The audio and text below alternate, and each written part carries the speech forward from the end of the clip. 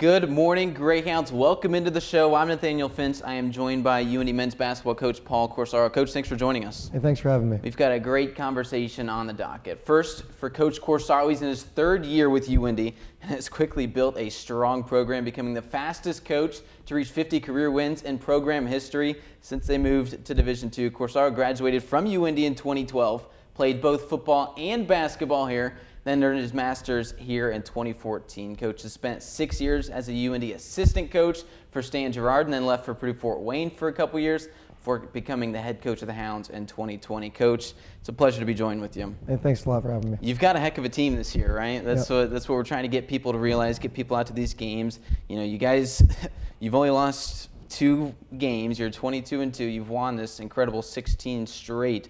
What's been different about this squad? Why are you guys finding so much success?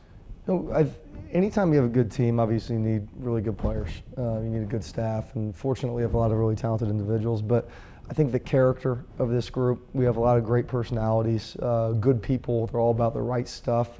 So when you get talent matching with the character side of things, it can be really special. And it's been an unbelievable year.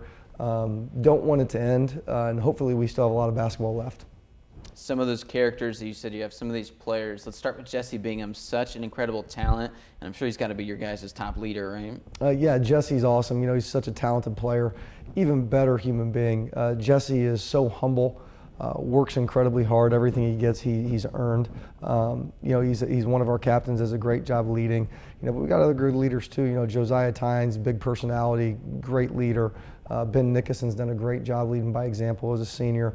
But then you got just, you know, some fun guys. You know, Bruno Williams just has the smile that lights up the room and has been a really nice breath of fresh air to add to our program. Kendrick Choa, you know, when he's quiet until you really get to know him. But once you really get to know him, he can be the loudest guy in the room once he's comfortable around you, and he's hilarious. So like, it's just such a good group to be around every day, and I'm really lucky.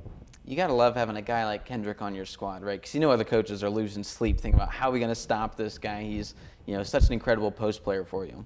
He's, as I've said before, he is built like a Greek god. There's no doubt about it. And I told Kendrick, and people were going to laugh, I said, man, if I were you, I'd never wear a shirt. I said, I'd go grope. I'd make people tell me to put one on. He is a physical specimen. And honestly, you can't stop him one-on-one. He requires attention. He requires the attention of the entire defense. And he's always been talented, but he's really taken his mental game to the next level, and I'm really proud of him, the development he's had both on and off the court. And you talked about Bruno. What was the process like getting him to, you know, leave Lewis and come here to Indy? You know, that a lot of people don't understand how that works. You know, you can't talk to people per NCAA rules while they're on a team and not in the transfer portal. So we didn't talk to him until he was in the portal, and honestly, he reached out to us. The way that went down is we always had a lot of respect for Bruno as a player. Like, knew he was really good because, you know, he posed a lot of problems for us when he plays against him, and seemed to be about the right stuff, you know, just from a outsider's perspective. Well, the way that went down actually is I remember I was walking up and down Virginia Avenue in Fountain Square handing out flyers for our summer camp in April, trying to get people to sign up for that. And I get a text from Roosevelt Jones, who was our assistant at the time, saying, hey, D, who just graduated, reached out to me. Bruno's in the transfer portal, and called D and said, hey, can you talk to your coaches? I think I want to come to UINDY. And I was like, hey, guys, double check and make sure he's in the portal. But if that's the case, let's get him on campus for a visit next week. And he came and he committed on the spot. And I just said, hey, man, what made you want to come here? He said, playing against you guys, I could just tell you guys' culture was something special and something I wanted to be a part of. That's incredible. What does he bring to the team skill-wise? You know, he can play all 3 guard spots. 1, 2, or 3, but he's so big and strong for a guard. He makes him a tough matchup, and he can also guard probably the 1 through the 4 because of his physical stature. And you know, he can get buckets, he can score, he can defend, he rebounds. He's such an underrated passer. People don't realize that he's probably our best player on ball screens in terms of making reads and picking teams apart. So really, really versatile skill set. As far as the guy like Jacoby Robinson transferred over a couple years ago, and he's really been a staple for your program, you know, he also can do it all, right? He can bring the ball up the court. He can be your post player. He's got to be pretty special for you. talk about versatility. There's been games this year where Kobe has played all 5 positions in the same game, 1 through the 5. You know, and no kidding. We can completely change what we're doing offensively and on defensively just by the way we move Kobe around. Like, I can leave Kobe on the floor and be like, okay, if I slide him this, it can completely change our game plan, and it throws opponents off because sometimes they don't know what position he is, and it makes their matchups hard. It makes their understanding of what we're going to do hard. He's kind of like our wild card guy we can just move around. As a coach, does it make it easier that you've got so many great guys, or does it make it harder that you have to like figure out a way and figure out where to put them all in the puzzle? Well, from the schematics and X's and O's standpoint, it makes my life easier and a lot of fun because I got a lot of toys, and I feel like a little kid at Christmas out there because we can do a lot of different stuff, and versatility is key. If you're a versatile player, I always say, you know, you want to be as versatile as possible and play the most positions you possibly can, because the more positions you can play, the more likely you're going to be on the floor more. And it gives me more ammunition in terms of, okay, let's do this or let's do that, and let's toy with the opponent a little bit. Now, that's fun. The human component of it is I love all my guys. I wish I could play everybody 40 minutes. It's not the case. You know, you only have 5 guys on the court at a time. There's only 200 total minutes to give away in a game. You think about 5 guys times 40 minutes. So we play 11-man rotation. So we try to do a balancing act of trying to give everybody a shot and managing, you know, personalities and egos. But fortunately, we have an unselfish group, and it really hasn't been too much of an issue. I think that's really incredible. So you've got the 11-man rotation, and probably 9 of them could be great starters for your team. And you know, you guys, you've shifted your starting lineups around a few times, but you know, it's just you've got the toys. You also have the depth too. You're not just top heavy. Correct. You know, depth is key, and that's been why we've been able to win so many games. I think people have really followed us. You know, when teams have to work really hard to score against us, and I think they expel a lot of energy, but usually about the 10-minute part in that second half, because we have fresh legs, because we play so many guys and we're deep, you usually see kind of a tipping point where, for lack of a better term, sometimes they crack or break a little bit. And that's been really key to our success. And it takes guys buying in and giving everything they have while they're out there, whether it's 5 minutes or 30 minutes. You got to have a lot of pride for being that top defense in the conference all year, right? Is that what you hang your hat on, is defense? Absolutely. If you defend and rebound, and we can score, don't get me wrong, but if you defend and rebound and you hang your hat on the defensive end, you know, you're going to have off shooting nights. You know, there's going to be nights where you aren't getting the whistle in terms of getting to the rim and getting to the free throw line. You can't control those, but what you can always control is your efforts defensively, and if you rebound the basketball, and if you do those things, regardless of what's going to go on offense, you're going to be in and have a chance to win every game. Coach, a couple tough losses early in the year, Quincy and Rockhurst, but you avenged those losses the last 2 weekends. You know, did those losses really kind of help you guys get a perspective on the year of like, hey, we can be beaten, here's what we need to do to fix it? Absolutely. Absolutely. Quincy, you know, it's a tough place to play. I think it's one of the hardest places to play in the GLVC. And, you know, we were still figuring each other out. You know, it was early, we had some new faces. Just didn't play our best game. You know, it just kind of is the way it is in a tough atmosphere. Rockhurst, you know, I was really disappointed with that one. We dropped one at home. Our guys were too. We didn't play as a team. We had a lot of real talented guys that weren't playing selfishly, but they were playing what I call hero ball. They were trying to put a Superman cape on and say, hey, I'm going to go get this done, rather than we're going to go get this done. And you saw that's where we were able to get it done. We actually had a team meeting on a Sunday right after that Rockhurst loss, right before we went down to Christian Brothers. And what we did was, you know, we had a discussion and say, hey guys, you know, we all come from different, you know, places, different backgrounds, and at one point or another, each of us have been the best player on our team, or the focal point, or the guy on the team. So we talked about roles and what each other's role was going to look like on this team for this team to have the maximum success. And I told that to each person individually, so they understood it, and also their peers understood it. And I said, hey, you can hear all that, but it's going to take you guys being willing to buy in and do it, and to be selfless. You know, because I started the meeting, I said, hey, what's most important to all you guys? And they said, all of them said winning. I said, okay, well, if that's the case, here's what it's going to take to do that. Yeah. And they've really done a good job of sticking to that script and all being on the same page.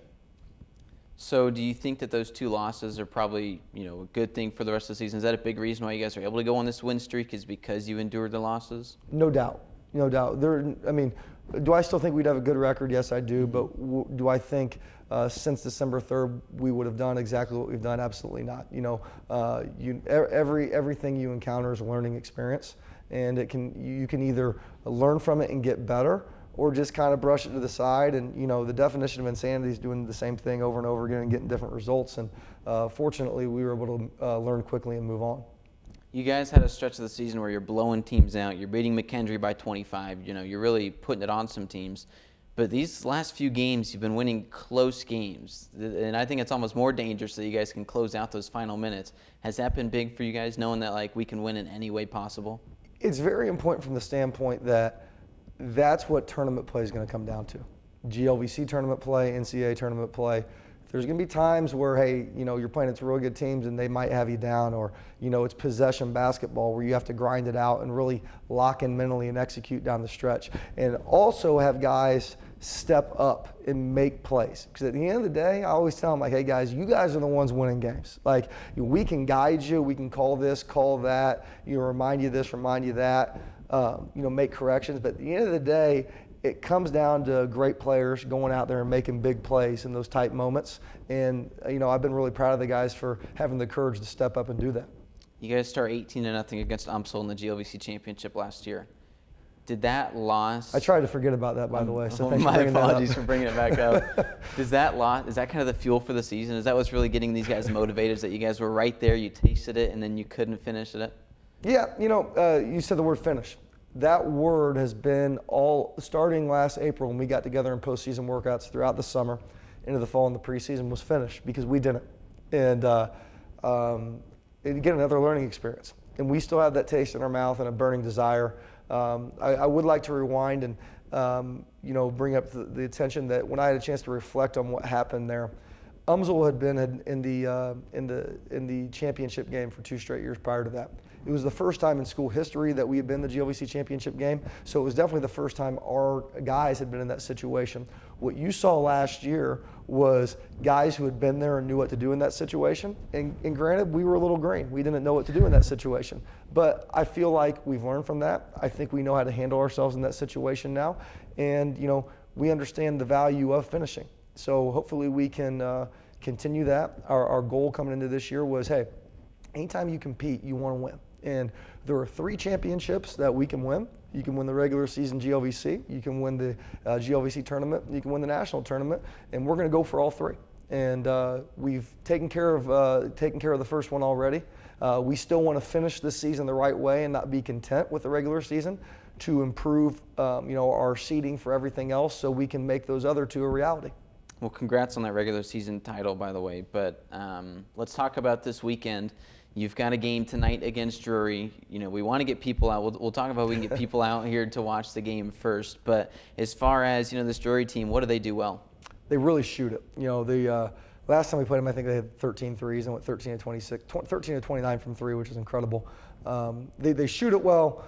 They have a difficult motion, a lot of cutting and off-ball screening, some middle rubs, some flares that are just a little unique that not a lot of teams do. And I think their coach is he's been historically one of the best coaches in our league. He's been at Truman, McKendree, and Drury. He's been all over, and he's won everywhere he's been. Logan Applegate, number 4, I think, is one of the best freshmen in the league, so he's got to get our attention. So we're really going to have to defend, and especially defend the arc. When you're playing a team for a second time, is it a lot easier to scheme up than the first time? Yes and no. You think you know them better, but they also know you a lot better too. So it's kind of a double-edged sword. How do our guys match up against Drury? Like I said, they shoot it probably a little better than we do. I think we're longer and more athletic, and probably the physicality side. So you're going to see kind of more of a craft skill component with Drury, rather than we're going to try to come at them with brute force and athleticism, and try to make them play our style of basketball. And then on Saturday, the final home game, well, at least the final regular season home game of the season. What would a win like that mean to you guys against Southwest Baptist? Mean a lot. It's senior night. That's always special, and I want to send our seniors off on the right note. Bruno, Aaron, and Ben are walking, and they're definitely moving on, next phase of life. Jacoby's going to walk, has another year of eligibility. and we're going to talk after the season. He's leaving the door open to possibly returning, but I want to give him the opportunity to walk in the event that he does decide to move on. But love those 4 guys. Still hoping Kobe comes back, but he's a heck of a ball player. But regardless, these 4 have meant a lot to me into our program, and you definitely want to send them off on the right note. Well, we are going to take a break. When we come back, we're going to talk about your head coaching career. We're going to talk about you as a player and all your time here at UINDY. That's next on Good Morning Greyhounds. All right, Jake, who you got? Tennessee, Georgia. Georgia, easily, man. Come on. Tennessee's 8.5-point dogs. Easiest spread of all time. How? Because they're good, and Georgia's played nobody. At least Georgia has a defense. Oh, come on. You're an IU fan. Your opinion doesn't matter.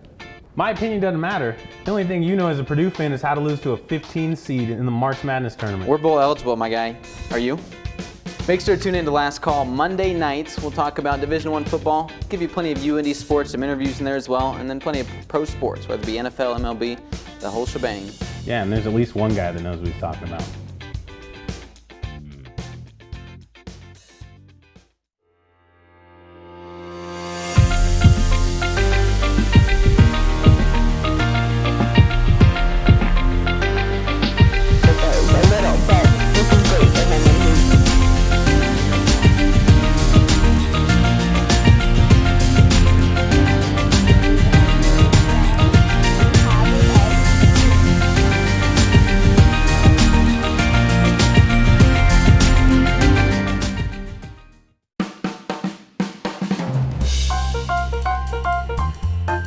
Hey, it's Giselle here on 88.7 WICR.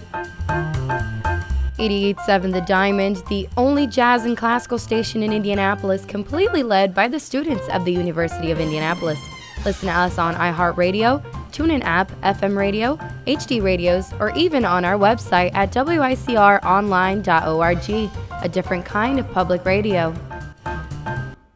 Back here on Good Morning Greyhounds, again, I'm Nathaniel Finch, joined with UINDY's men's head basketball coach, Paul Corsaro. Coach, before we get into everything with your coaching career, your team wanted to give you a special message to show their appreciation for you. Let's take a look. Final few ticks off the clock, and the game is over. UINDY, 14 straight wins. We'll see on Tuesday what that ranking is. It's going to move up from 7. They are now 20-2. What a season they've had, as they already surpassed their win total from a year ago, in which they made it to the GLVC Championship. They're in position to get a first-round bye in that GLVC tournament this year and potentially host. This season's been special. We've got a tremendous group of young people that bring a workman's attitude every day. A great group of guys who are really close-knit. We preach family in our program. Coach Corsaro is big on emphasizing the word family, and we live by it every day. Our guys are just a selfless group. They don't care who gets the headlines as long as we get the end result, which is a win. And to see our growth from year one, day one as a coaching staff with the guys we've had for 3 years has been a fun ride. To think we started 0-7 during the pandemic, and the COVID years and struggles, and how we won the first game against Southern Indiana, which was against Coach's old boss and guy that he played for, to where we are now, where we're 22-2 and ranked 6th in the country. Want to keep building on. Each day we talk about just attacking it, going 1-0 that day, whether that's practice, film, devotional, or just in the games. Just coming together as a team and pushing forward, and knowing that we each of us have each other's backs. So just at the end of the day, just sticking together and just building something to look back on and be proud of. So for me as a freshman, it means a lot to me because it's something that you can clearly tell that the upperclassmen have wanted since they've been here. Coach is a very passionate guy. That's an acquired taste for a lot of people because he's real intense, and sometimes that gets the best out of people, sometimes it doesn't. But with him, he just strives on getting 1% better every day. He always wants to get better no matter what we're doing or when we're doing it. So I feel like having that mindset, you can't teach that mindset, and that just helps us, get better at life for real. So it's a testament to our guys' hard work. It's a testament to our guys being coached and allowing themselves to be coached by Coach Corsaro. Coach Corsaro is elite at bringing out the best in every individual. He brings out everything in all of our guys on a daily basis. He challenges our guys. He holds our guys accountable.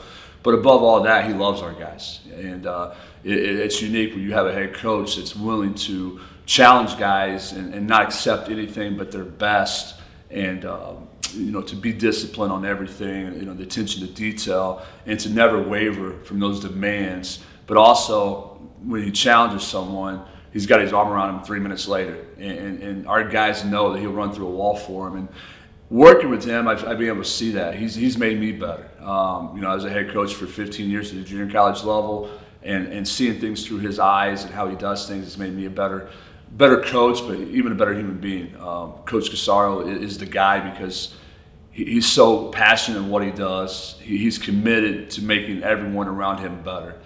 He's a tireless worker. He's just a special human being, besides being a great basketball coach. And it's been an absolute blast being here for in our third year together as a staff, watching our young guys continue to grow, not just as players, but as students, as people. And we want to continue doing that. And under the direction of Coach Corsaro, the sky's the limit for this program. He's patient, giving us a ton of confidence to play, which, if you play for many coaches like me, not every coach has that trait. So that's been great for us on the court. And then off the court, this year he's really taking the next step and trying to teach us how to be better men. And we greatly appreciate that. We've incorporated character coaching into our, daily plans. So it's been great for sure. He pushed us each and every day. He just wants the best out of us, whether that's practice, games, anything. He just pushes us, and he knows what we can do. He trusts in us, and that's the biggest thing. And once when you have a coach that trusts in you, and he knows what you can do, and he knows the impact that you bring, sky's the limit. To coach, man, I love you, man. Appreciate everything you're doing, especially for me. Took a chance on me. You were recruiting me all throughout high school. Let's keep going. Let's go win this chip. Appreciate you, Coach. I appreciate your relentless dedication to this team, to this program, and just pushing everyone from the coaches to the players. We appreciate it. We appreciate you. We love you. Thank you.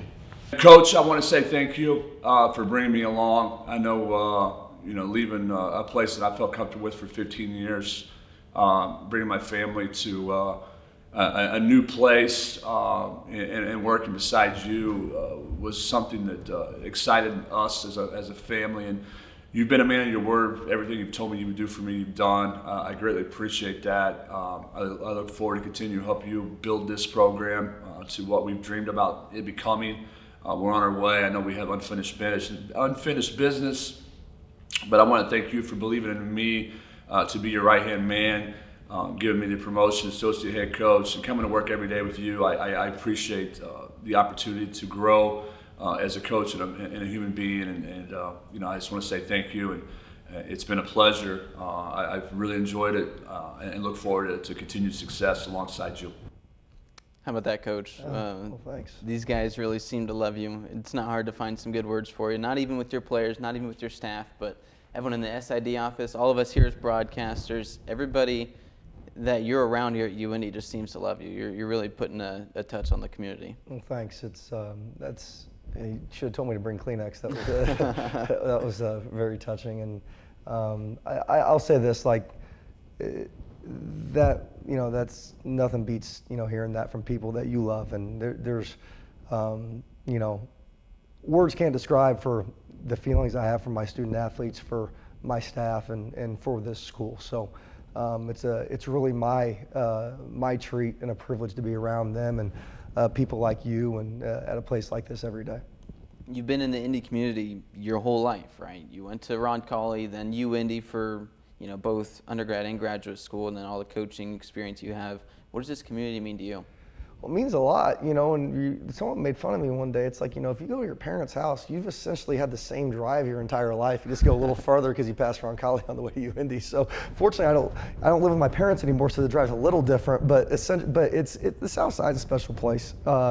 It's a blue-collar area, good people that really care, and, that's kind of who I am. Like I'm a guy who's always prided myself on where I come from. And if anything you do in life, it can't be just about you. It's about who you're doing it with, who you're doing it for, and the relationships you build, and have a lot of deep roots here. And it's been a lot of fun, but I'd like to think we're just getting started. Just getting started. You're building this great program. You know, it wasn't easy from the get-go, right? You were hired in April of 2020. Everyone knows what that means. You had a whole year, you know, basically in lockdown before your first season. How challenging was that first year? Obviously, you didn't win a game until, you know, your 8th one in. Yeah, that was hard. You know, because you get the job and you always dream of being a head coach. You think you can do it, and you also want to do it for your alma mater, for your school, and you know, a tough act to follow. Coach Gerard was pretty darn good, so you know, the expectations were set pretty high, but it wasn't easy. You know, we were dealing with a lot with COVID. You know, when I got the job, I think we had 6 players on the roster, only 4 with any playing experience. We returned 14 points from 81 points a game. No staff, so hired Coach Burris, and you know, we put together a group over Zoom. You know, with the staff and players, and you know, we dealt with some hard bouts of COVID too to start the year, which kind of set us back. And I'll be honest, when we were 0-7, that was tough because, you know, you deal with some self-doubt. You know, I'm a confident guy, but you also have to take a look in the mirror like, hey, am I cut out for this? And then also, like, you know, the sense of pride I have for the program and the school, you want to do it for UINDY. So that was hard and challenging. You know, there were some things that I needed to do better. There were some things that our student athletes need to do better, and you know, we kind of again had one of those talks like, hey, we're going to change some things now, and this isn't going to be accepted. And you know, we were able to knock off Southern Indiana against Coach Gerard, our first win. You know, it was almost kind of like poetic justice. You know, like I almost had to beat them and him to you know, show what we could do. And since that 0-7 start, we're 52-18. So it's been pretty cool since. So with Coach Gerard, you know, you played for him, then you were a coach for him as an associate head coach. You know, how important was that time with him to what you've been able to build today? Very important. You know, you always have the men in your life. You know, your fathers, grandfathers, uncles that you know help mold you and stuff. But outside of family, like blood family, because you know Coach Gerard to me is family. But sort of, you know, blood relatives. There's not a male that's had a bigger impact on me and helped develop me and shape me into who I am more than him. So he's meant a lot to me, and it's an honor to sit in the seat that he once sat in. As far as, you know, those first 2 years, what have you done differently this year that's given you guys this success? Was it a different off season, different coaching? What's been the difference on your part?